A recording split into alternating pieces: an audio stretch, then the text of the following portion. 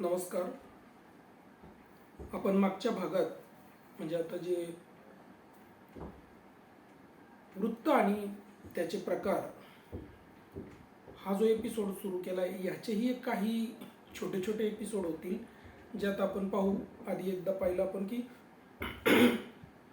वृत्त कशासाठी आलेत, का लिहितो आपण वृत्तात, वृत्ताचे फायदे उपयोग. त्यानंतर आपण अक्षरछंद पाहिला म्हणजे वृत्ताचा एक प्रकार जो ज्यात गझल लिहिली जात नाही त्या अक्षरछंदावर बोललो आपण. आता वृत्ताचा एक पुढचा प्रकार आपण बघू. ह्या दोन मुख्यतः ही जी पुढचे आता प्रकार आपण बघणार आहोत त्या दोन प्रकारामध्ये आपल्याला गझल लिहिता येते. कुठलीही कविता या दोन वृत्तात असली म्हणजे ती जास्त परफेक्शनमध्ये लयीत, चालीत, छंदात आणि मीटरमध्ये असते असं मानलं जातं. तर या दोनात सर्वप्रथम आपण पाहूया अक्षरगण वृत्त. आता या अक्षर गण वृत्त या शब्दातच वृत्त आहे, अक्षर आहे आणि गण आहे. हे वृत्त गणांपासून बनतं. तर हा गण म्हणजे काय हे आपण पाहू.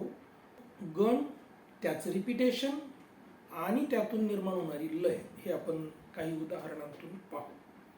तुमच्या माहितीसाठी मी एक ढोबळ भाषेत माझ्या गणाची व्याख्या केली आहे. बघा, एकापेक्षा अधिक लघु गुरूंची निश्चित क्रमवार मांडणी केलेला मात्रा गट, त्याला आपण मात्रांचा समूह म्हणू शकतो किंवा पॅटर्न म्हणू शकतो आपल्या आताच्या भाषेत. पॅटर्न, आणि तो पुन्हा पुन्हा रिपीट होतो, त्यातून मग लय निर्माण होते. तर असा पॅटर्न म्हणजे गण होय. गणाच्या पुनरावृत्तीमुळे जेव्हा निश्चितपणे एखाद्या लयीची निर्मिती होते तेव्हा त्या मांडणीस आपण त्यावेळी त्या क्षणी वृत्त म्हणू शकतो. फक्त लयीचं एक सर्किट कंप्लीट झालं पाहिजे. तिला एक सुरुवात हवी, तिला एक थांबा, दोन थांबे असे यतीच्या जागा हव्यात आणि शेवटी एक क्लायमॅक्स हवा, उचित क्लायमॅक्स की जिथून तिला पुन्हा सुरू व्हायला एक टप्पा मिळेल. अशा पद्धतीचं त्याचं एक सर्कल जेव्हा होईल तेव्हा ते वृत्त निर्माण होईल. तर आता लघुला ल आणि गुरुसाठी गा अशा पद्धतीची सांकेतिक आणि जी उच्चारता येतील अशी चिन्हे आपण निवडली जेणेकरून मला तुम्हाला उच्चारून सांगता येईल आणि तुम्हालाही ऐकून त्याचं काय गमक आहे ते कळेल. तसे दृश्य रूपाने 1, 2 किंवा इतर चिन्हांद्वारे ते दाखवता येईल, पण मला सांगण्यासाठी ते ल आणि गा या स्वरूपात असले तर त्याला आपल्याला थोडंसं लगावलीच्या स्वरूपात मांडता येईल, म्हणून दाखवता येईल आणि त्यातूनच तुम्हाला त्यातून निर्माण होणाऱ्या लयीचा पण एक डेमो देता येईल. यासाठी आपण त्याला लगावली म्हणू. ल आणि गा यांच्या गा म्हणायचं. आता काय करू की ल आणि गा या दोघांचाच आपण एक हे करू, दोघांचाच एक पॅटर्न करू आणि त्या पॅटर्नला रिपीट करत राहू. बघू काय होतं. बघा, तुमच्या समोर स्क्रीनवर आहे लगा लगा लगा लगा लगा लगा लगा लगा. आता हे पुन्हा पुन्हा पुन्हा पुन्हा जर म्हणून पाहिलं तर लक्षात येईल की ह्यातून एक लय जनरेट होते. आत्ता लगेचच तुमच्या लक्षात नाही आलं तरी मी जर त्याला थोडीशी गाण्याचा किंवा असं रिदम देण्याचा प्रयत्न केला की तुमच्या लगेच लक्षात येईल. उदाहरणादाखल पुढे जाऊ. बघा आता, लगा लगा लगा लगा लगा लगा लगा लगा. आठवतंय का काही? बघा, हे श्रीमद आद्य शंकराचार्य ज्यांना होऊन आता 1000 वर्षे झालीत, त्यांनी संस्कृत भाषेमध्ये कृष्णाष्टकम लिहिलंय. अशा अनेक वेगवेगळी स्तोत्रे त्यांनी लिहिली आहेत आणि बघा ह्या स्तोत्राची बैठक जी आहे ती ह्या छंदात आहे. आता हा छंद नुसता आपण लघु आणि गुरु या दोघांना एकत्र करून आपण एक गण बनवला आणि त्याचं पुनरावर्तन केलं. किती वेळा तर एक चाल बनेल इतक्या वेळा. मग काय झालं, भजै व्रजैकमण्डनं समस्तपापखण्डनं. बघा ना, तुम्ही जर लघु गुरुवर धरून पाहिलं, भजै लगा व्रजै लगा कमन लगा डनम लगा समस लगा तपा लगा पखंड लगा डनम लगा स्वभक्त चित्तरंजनम सदैव नंदनंदनम सुपिच्छ गुच्छमस्तकं सुनाद वेणुहस्तकं अनंगरंग सागरं नमामि कृष्णनागरं. किती माधुरी आहे त्या लयीमध्ये बघा. लगा लगा लगा लगा लगा लगा लगा लगा. आता बघूया अजून काही याच लयीत आपल्याला सापडते का बघा. अलीकडे तुम्ही ऐकलेलं असेल, नसेल असं कोणीच नसेल आपल्यापैकी. कदम कदम बढ़ाए जा खुशी के गीत गाए जा, कदम कदम बढ़ाए जा खुशी के गीत गाए जा, ये जिंदगी है कौम की तू कौम पे लुटाए जा, कदम कदम बढ़ाए लगा लगा लगा लगा लगा लगा लगा लगा लगा लगा लगा लगा लगा लगा लगा लगा. हे अलीकडचं ना, अगदी अलीकडचं. सो मला हे म्हणायचं आहे की कुठून 1000 वर्षापूर्वी यावर लिहिलं जातंय, आजही लिहिलं जाते. आणि अगदी आमचे समकालीन मित्र बघा काय म्हणतात, आता दोन्ही चालीत, आधीच्या दोन्ही चालीत आपल्याला हे म्हणता येईल. म्हणजे तुम्हाला मला हेही सांगायचं आहे याबरोबर की जर 1 मीटर असेल आणि 1 मीटर असलेली जेवढी गाणी असतील, जेवढ्या कविता असतील, त्या सगळ्या कविता त्या सगळ्या चालीत म्हणता येतील ज्या तुम्ही त्या त्या मीटरच्या ऐकलेल्या असतील.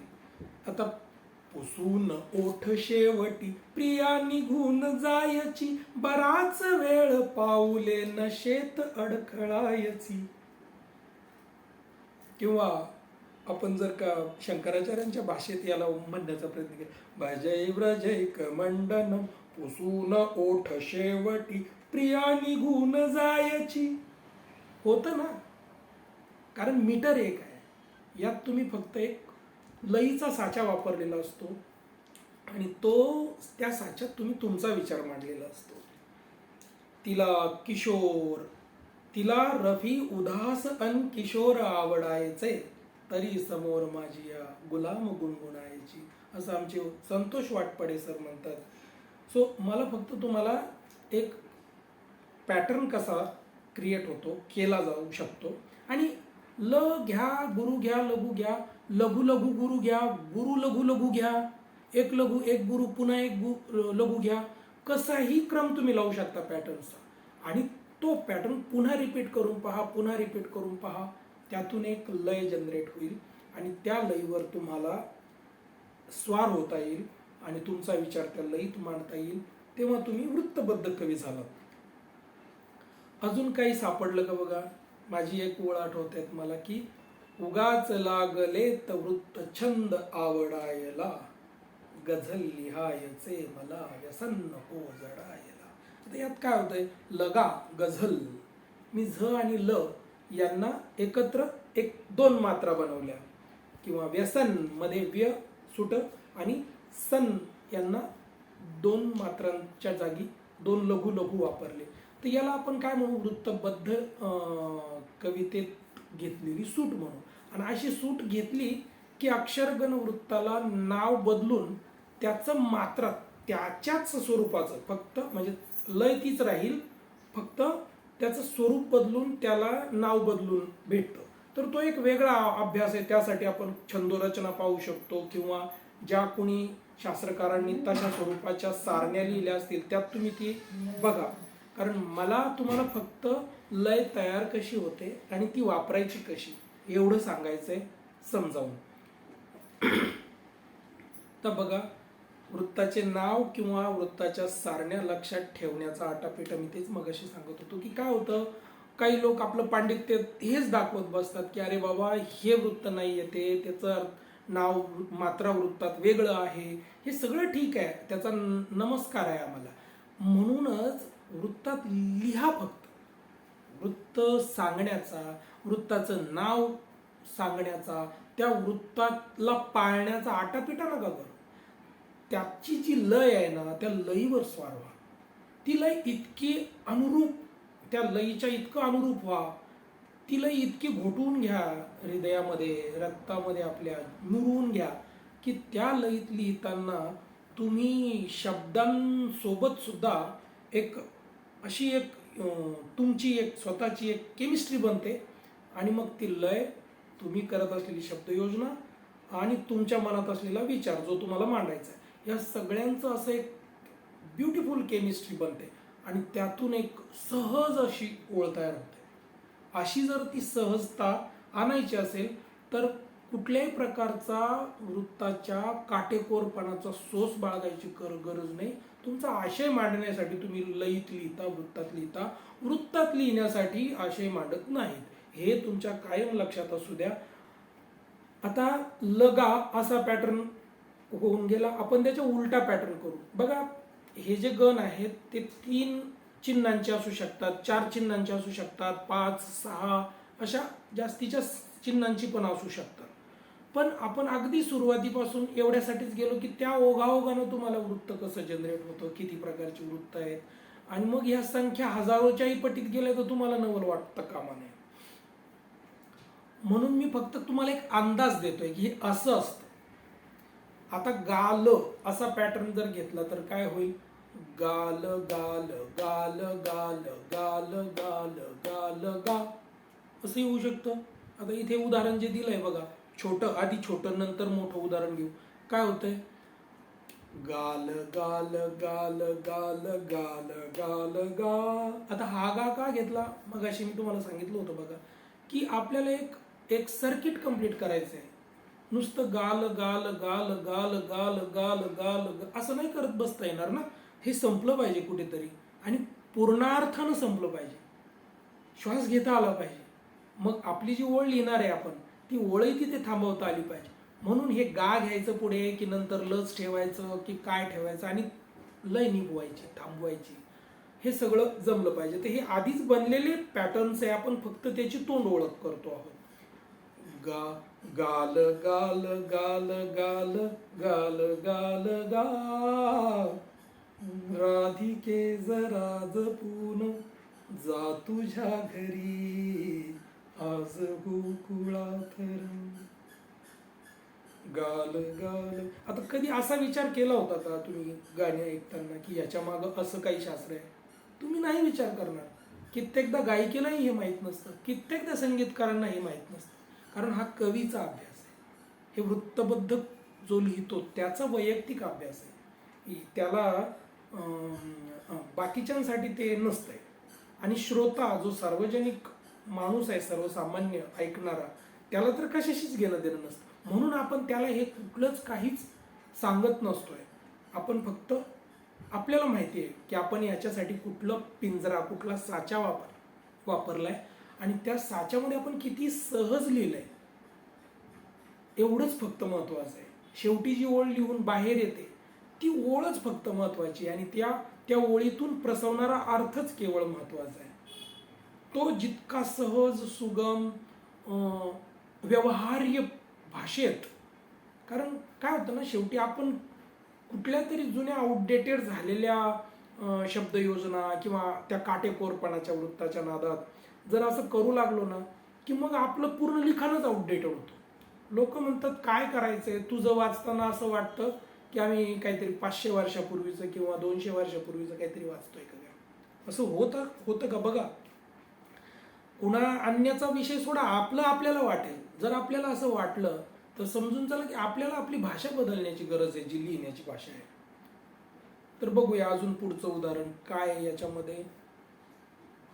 गाल गाल गाल गाल गाल गाल गा गा. गाल गाल गाल गाल गाल गाल गा गा.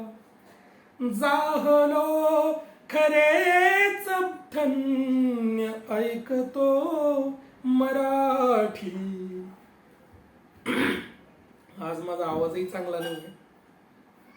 लाभले आम्हास भाग्य बोलतो मराठी, जाहलो खरेच धन्य ऐकतो मराठी.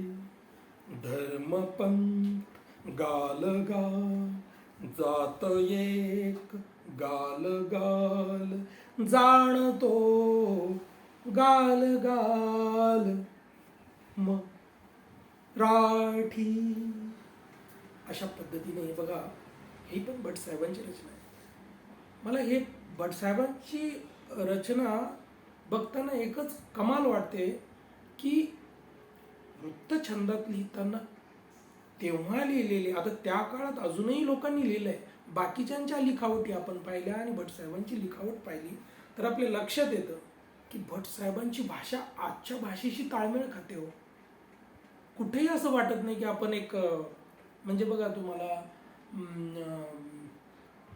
त्या काळातले जे कुठले कवी असतील, आता नाव घेतलं म्हणजे त्यांचा काय उपहास किंवा उपमर्द आपण करतोय की काय असं होईल, किंबहुना आपल्याला तसं काही करायचं नाही. आपण फक्त एक जस्ट तुलना करून पाहिली तर तुमच्या लक्षात येईल की खूप संस्कृत आळलेले, एक प्राकृत आळलेले असे शब्द योजना, आणि त्यातून मग आपल्याला कुठेतरी असं वाटतं की मैं कहाँ आ गया यार, मैं ये पढ़ रहा हूँ.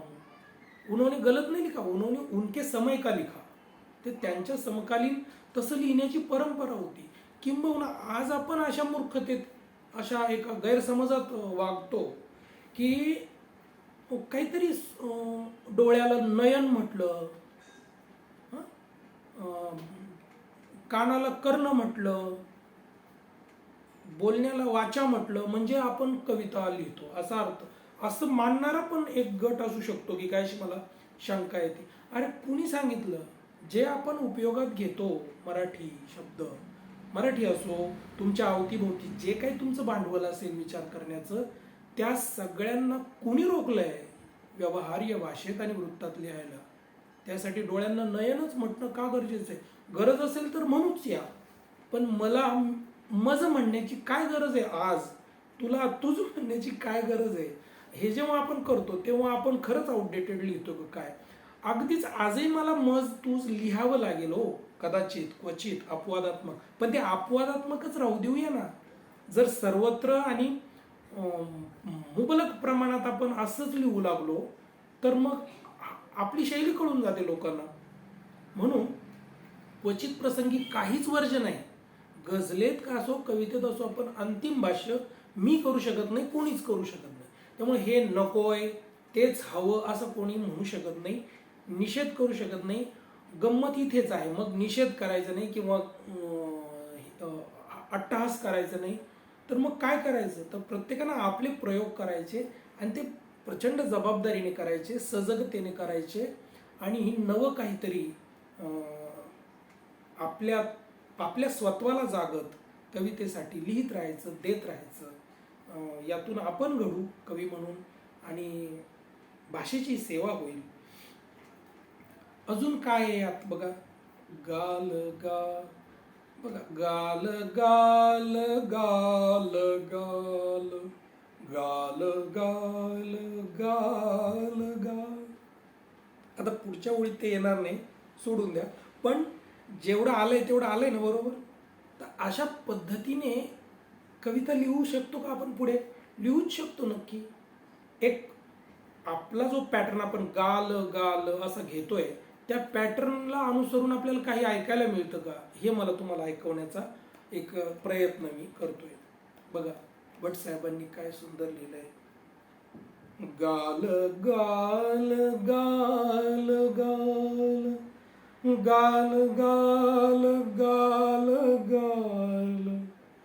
गाल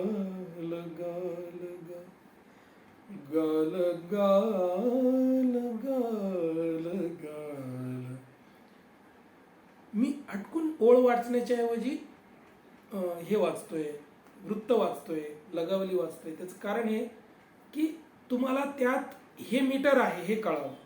मालवून टाक दीप, चेतवून अंग अंग, राजसा किती दिसांत, लाभला निवांत संग.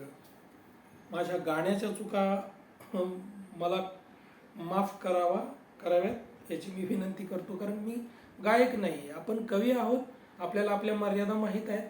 परंतु कवीकडे ही एक गंमत असते पहा, त्याला रंगाचं, त्याला संगीताचं, स्वरांचं, त्याला ह्या सगळ्या गोष्टी म्हणजे या तिघांची एक सोयरीक मला दिसते. शब्द, स्वर आणि रंग यांची सोयरीक दिसते.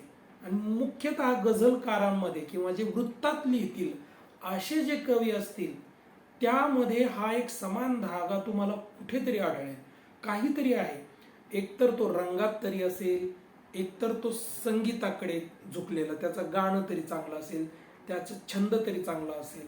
जेव्हा आपल्याला छंद ओळखीचे वाटत नाही ना, तेव्हा कृपा करून आपण वृत्ताच्या भानगडीत पडू नये. एकतर मग छंद अंगवळणी पाडावेत, खूप सराव करावा. अगदी अशक्य या जगात कुणालाच काही नाही. एखाद्याला नाही जमणार म्हणून सांगितलं ना तरी तो लिहून दाखवेल. प्रयत्न केल्यावर काहीच अशक्य नाही. पण लईचं जर उपजत एखाद्याला भान असलं तर तो पटकन ही गोष्ट समजू शकतो, हे मला सांगायचं आहे. गाल गाल गाल गा, गाल गाल गाल गा, गाल गाल गाल गा, गाल गाल गाल गा, गाल गाल गाल गा, सुरतेच छेडिता. हे आधी लोकांनी लिहून ठेवलंय बघा. मला फक्त उदाहरणादाखल तुमच्या समोर म्हणायचंय की निव्वळ लगा लगा लगाचा आपण अनेक गाणी पाहिली, गाल गा पासून पण आपण अनेक गाणी बनताना पाहतो आहे. आता आपण थोडासा वेगळा पॅटर्न घेतलाय. काय? गुरु लघु गुरु, गा ल गा. आणि याला आपण आता आवर्तन देऊ याचं. गाल गा, गाल गा, गाल गा, गाल गा. एक पट्टा तयार झालाय. आता हा रिपीट होत राहिला तर ह्यातून एक रिदम तयार व्हायला पाहिजे. आता ही रिदम तुम्हाला नुसत्या गालगामध्ये तर दिसणार नाही. मग उदाहरणं दाखवली की मग पटेल, अरे च्या, ही तर गाणी मी रोज ऐकतो. बघूया. गाल गा गाल गा गाल गा गाल गा, गाल गा गाल गा गाल गा गाल गा. आठवतंय का काय? गाल गा गाल गा गाल गा गाल गा, गाल गा गाल गा गाल गा गाल गा, गाल गा गाल गा गाल गा गाल गा, गाल गा गाल गा गाल गा गाल गा. आता ही एकच ओळ लय का याच्यामध्ये? नाही. कितीतरी अशी गाणी अजून आठवूया यात आपण. गाल गा गाल गा याची उदाहरणं मी हटकून लिहिली नाही. आता तुम्ही इमॅजिन करायला लागा, कारण उदाहरणं दिली की तुम्ही उदाहरणं पाहत बसाल. आता हळूहळू ह्या गोष्टी नाहीशा व्हायला पाहिजे. गाल गा गाल गा, गाल गा गाल गा, गाल गा गाल गा, गाल गा गाल गा, गाल गा गाल गा गाल गा. मी ती गाणी पण आता म्हणू इच्छित नाही. तुम्हाला मला फक्त हे दाखवायचं की हे खूप आपल्यात उतरलेलं आहे. फक्त आपल्याला माहीत नाही की त्याच्या पाठीमागे जी पिंजरे आहेत, त्याच्या पाठीमागे जे ढाचे आहेत, साचे आहेत, त्यात जी लय आहे, पकडून ठेवलेली लय. मी म्हटलो ना, पक्षी येतो. अशी खूप सारी गाणी. माझं एक ते भावगीत होईल अशी ती हे लिहिली मी, किंवा जावेद अख्तरांच्याच जमिनीवर मी लिहिलंय. ते म्हणतात आफरीन आफरीन, गाल गा गाल गा. आता यात त्यांचं मी जे आहे ते वजनाच्या उच्चारात त्याला ते कॅल्क्युलेट करत नाही, म्हणून आफरीन आफरीन, गाल गा गा लगा, आंखें देखा देखी तो मैं देखता रह गया, गाल गा गाल गा गाल गा गाल गा गाल गा गाल गा गाल गा गाल गा गाल गा गाल गा गाल गा गाल गा गाल गा गाल गा गाल गा गाल गा गाल गा गाल गा गाल गा. हा संगीताचा क्लास नाहीये, लक्षात असू द्या. पण मी त्यातली फक्त गंमत तुमच्यासोबत शेअर करतो. प्रेम नक्कीच अद्भुत काहीतरी, गाल गा गाल गा गाल गा गाल गा गाल गा गाल गा गाल गा गाल गा. प्रेम नक्कीच अद्भुत काहीतरी. चला पुढे जाऊया आपण. बघा अजून एक उदाहरण, हेही शंकराचार्यांचं आहे. महायोग पीठे. आपण ऐकलेल्या गोष्टी आहेत या, पण आपल्याला माहित नाही की याच्या पाठीमागे एक मीटर आहे. महायोग पीठे तटे भीमरथ्या. लावून बघा, लगागा महायोग पीठे लगागा तटे भी लगागा मरथ्या. रथ्या, रला थ वजन वाढलं, रथ, आणि या जरी उरलं शेवटी तरी गा होतं. अशा पद्धतीने बघा प्रत्येक कुठेही तुम्हाला सुटही दिसणार नाही बघा सहसा. म्हणजे इतकं छान या लोकांनी त्या काळात सराईतपणे आणि सहज भावनेनं लिहिलंय. शंकराचार्यांनी खूप सारं वृत्तबद्ध करून ठेवलंय. पण त्याच्याही जर का आधी पाहिलं आपण तर साधारणपणे श्रीमद भगवद्गीता ही पूर्ण छंद आणि वृत्तात आहे. तिला तर 5000 वर्षे होऊन गेलेली आहेत. मग त्याचा विचार करा की हा जो इतिहास आहे आपला वृत्तछंदांचा, हा किती प्राचीन आहे. सांगायचं काय की जेव्हा ते तुमच्या अंगात उतरलेलं असतं, सॉफ्टवेअर मारून घेतलेलं असतं तुम्ही या सगळ्या लयींचं, तेव्हा तुमच्यासाठी ते कठीण नसतं. आता असंच आपण अजून पॅटर्न वाढवला तर काय होईल. लगा गा गा लगा गा गा लगा गा गा लगा गा गा. काय आठवतंय का. लगा गा गा लगा गा गा लगा गा गा लगा गा गा. नुसतं ल गा गा गा 3 वेळा गा केलं, एकदाच ल घेतलं तर एक धून ऑलरेडी बनी बनाई है, बहुत इस्टॅब्लिश आहे, बहुत लोकप्रिय आहे, खूप सारे लोक यात लिहितात. अजून काय आठवेल का आपल्याला यात. लगा लगा गा लगा लगा गा लगा लगा गा. अजून यात जर एक लगा गा गा एक वाढवलं म्हणजे ती 4 आहेत ना, तर 4च्या पद्धतीने पण आपण म्हणू शकतो. भट साहेबांचीच एक रचना की उजाड वैरान वाळवंटी खळाळणारा झरा मुहम्मद, जगातल्या दीन दुःखितांचा अखेरचा आसरा मुहम्मद. भट साहेबांनी मुहम्मद साहेबांवर हे कवण केलंय. त्यात अजून एखादी रचना जी लोकप्रिय आहे, तुम्हाला त्याची चाल मी म्हणेन कारण मला ते गाणं काही येत नाही. लगा लगा गा लगा लगा गा लगा लगा गा लगा लगा गा लगा लगा गा लगा लगा गा लगा लगा गा लगा लगा गा. बघा क्या बात आहे. आता ते हिंदी गाणं गालिबचा शेर आहे तो, त्यावर नंतर मला वाटतं थोडंसं परिष्करण किंवा थोडीशी वेगळं संपादन करून ते गाणं करताना त्यात वेगळे शब्द अजून घेतलेले आहेत आणि ते गाणं केलं. पण ह्या चालीत भटसाहेबांची एक मराठी गझल मला आठवते. मुठीत घेऊन जीव माझा, मुठीत घेऊन जीव माझा, कसा तरी जन्म काढला मी. मुठीत घेऊन जीव माझा, कसा तरी जन्म काढला मी. तयार बाहेर सूळ होता, घरात भिंतीस कान होते. फुलायला लागलीस जेव्हा, मला कुठे देह भान होते. वसंत आला निघून गेला, मला कुठे वर्तमान होते.